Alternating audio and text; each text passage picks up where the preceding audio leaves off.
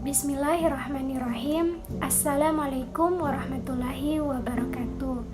Kami dari kelompok 1 pada mata kuliah Saqofah Al-Mahaliyah.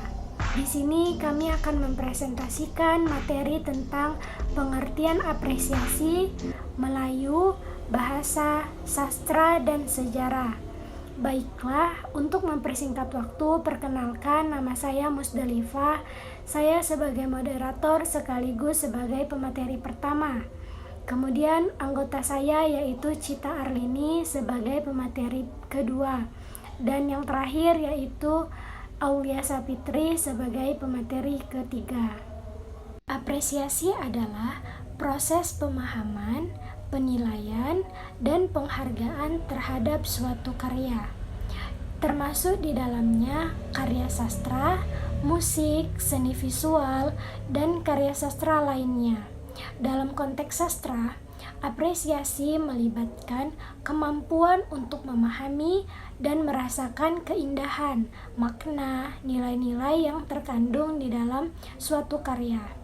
Proses ini mencakup analisis elemen-elemen seperti tema, karakter, gaya bahasa, dan struktur, serta mempertimbangkan konteks sosial, budaya, dan sejarah yang melatar belakangi penciptaan karya tersebut. Ada 3 aspek-aspek apresiasi. Yang pertama yaitu pemahaman. Kita mengetahui dan memahami elemen-elemen yang terdapat di dalam karya seni tersebut. Yang kedua, penilaian. Kita memberikan penilaian terhadap kualitas dan nilai dari karya tersebut. Yang ketiga, penghargaan. Kita menghargai keindahan dan makna yang terkandung di dalam karya seni tersebut. Apa sih pentingnya apresiasi? Yang pertama, dapat meningkatkan pemahaman.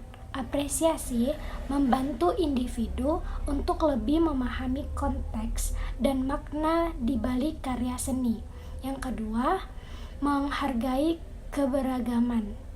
Melalui apresiasi, kita dapat menghargai berbagai bentuk seni dan budaya yang ada di masyarakat.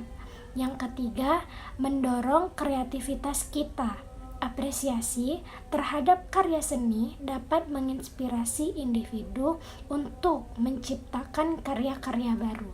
Kesimpulannya adalah, apresiasi adalah proses yang penting dalam memahami dan menghargai karya seni.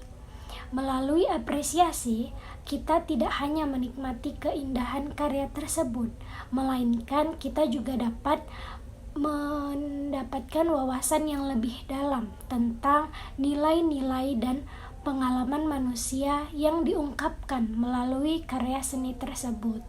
Melayu adalah istilah merujuk pada kelompok etnis, bahasa, dan budaya yang berasal dari wilayah Asia Tenggara, khususnya di negara-negara seperti Indonesia, Malaysia, Brunei, Singapura, dan sebagian dari Thailand dan Filipina. Adapun macam-macam aspek dari Melayu ini ialah 1. Aspek etnis. Masyarakat Melayu merupakan kelompok etnis yang memiliki kesamaan dalam bahasa, budaya, dan sejarah. Mereka dikenal dengan tradisi dan adat istiadat yang kaya yang diwariskan dari generasi-generasi berikutnya. Yang kedua itu ada bahasa Melayu. Bahasa Melayu adalah bahasa yang digunakan oleh masyarakat Melayu dan merupakan salah satu bahasa resmi di beberapa negara, termasuk di Indonesia dan Malaysia. Bahasa ini memiliki berbagai dialek dan variasi, tergantung pada wilayah geografis dan komunitas. Yang ketiga itu ada budaya dan tradisi. Budaya Melayu mencakup berbagai aspek, termasuk seni, musik, tari, dan kerajinan tangan. Masyarakat Melayu dikenal dengan seni ukir, batik, dan tenun, serta berbagai bentuk seni pertunjukan seperti wayang kulit dan zapin. Yang keempat itu ada sejarah. Sejarah Melayu mencakup perjalanan panjang yang dimulai dari kerajaan-kerajaan kuno seperti Sriwijaya dan Majapahit hingga masa kolonial dan kemerdekaan. Yang kelima itu ada Melayu dan konteks modern. Di era modern, masyarakat Melayu menghadapi tantangan dan peluang baru, terutama dalam konteks globalisasi. Kemudian bahasa. Bahasa adalah sistem komunikasi yang digunakan oleh manusia untuk menyampaikan pikiran, perasaan, ide, dan informasi. Bahasa dapat berupa lisan maupun tulisan dan terdiri dari serangkaian simbol, kata, dan aturan yang memungkinkan individu untuk berinteraksi satu sama lain. Ada beberapa macam aspek bahasa. Yang pertama itu adalah aspek linguistik. Aspek linguistik ini memiliki beberapa elemen dasar, antara lain satu, fonologi, yaitu ilmu yang mempelajari bunyi-bunyi dalam bahasa. Yang kedua ada morfologi, yaitu ilmu yang mempelajari struktur kata. Yang ketiga ada sintaksis, yaitu ilmu yang mempelajari tata urutan kata dalam kalimat. Yang keempat itu ada semantik, yaitu ilmu yang mempelajari makna kata dan kalimat. Dan yang terakhir itu ada pragmatik, yaitu ilmu yang mempelajari penggunaan bahasa dalam konteks sosial. Yang kedua itu ada fungsi bahasa. Fungsi bahasa memiliki berbagai fungsi, antara lain satu, fungsi komunikasi, yaitu bahasa digunakan untuk menyampaikan informasi dan berinteraksi dengan orang lain. Yang kedua itu fungsi ekspresif, adalah bahasa digunakan untuk mengekspresikan perasaan, emosi, dan pendapat individu.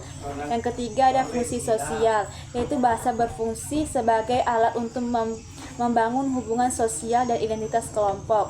Dan yang terakhir itu ada fungsi kultural, yaitu bahasa mencerminkan budaya dan nilai-nilai masyarakat serta menjadi sarana untuk melestarikan warisan budaya.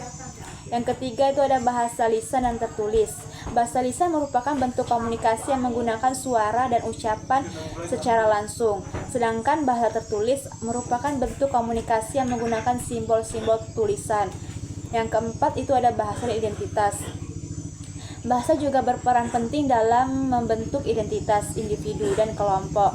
Melalui bahasa, seseorang dapat menunjukkan afiliasi budaya, etnis, dan sosial. Yang kelima itu ada bahasa dan globalisasi. Di era globalisasi, bahasa mengalami perubahan dan perkembangan yang cepat. Interaksi antar budaya dan penggunaan teknologi informasi telah mempengaruhi cara orang berkomunikasi.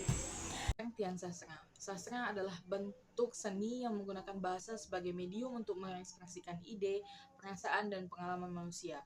Sastra mencakup berbagai genre dan bentuk, termasuk puisi, prosa, drama, dan esai. Karya sastra seringkali mencerminkan nilai-nilai budaya, sosial, dan sejarah masyarakat, serta menggugah emosi dan perasaan pembaca. Aspek sastra. Yang pertama, aspek linguistik. Sastra menggunakan bahasa sebagai alat utama untuk menyampaikan makna, yang mana sastra tidak hanya berfokus pada penggunaan kata-kata, tetapi juga pada yang pertama, gaya bahasa. Penggunaan bahasa yang khas termasuk metafora, similai, personifikasi, dan berbagai perangkat sastra lainnya yang memberikan keindahan dan kedalaman pada sastra. Yang kedua, struktur. Penataan elemen dalam karya sastra seperti ritme, rima, dan alur cerita yang berkontribusi pada pengalaman pembaca. Yang kedua, fungsi sastra. Fungsi sastra ada 4. Yang pertama, fungsi estetika. Fungsi estetika ini memberikan keindahan dan pengalaman estetis kepada pembaca melalui penggunaan bahasa yang kreatif dan imajinatif. Yang kedua, fungsi komunikatif. Sastra menyampaikan pesan, ide, dan nilai-nilai kepada pembaca. Yang ketiga, fungsi pendidikan. Karya sastra dapat memberikan pelajaran moral, etika, dan sosial, serta memperluas wawasan pembaca tentang kehidupan dan masyarakat. Fungsi yang keempat, fungsi rekreatif. Fungsi kreatif ini sebagai hiburan dan kesenangan dan genre sastra.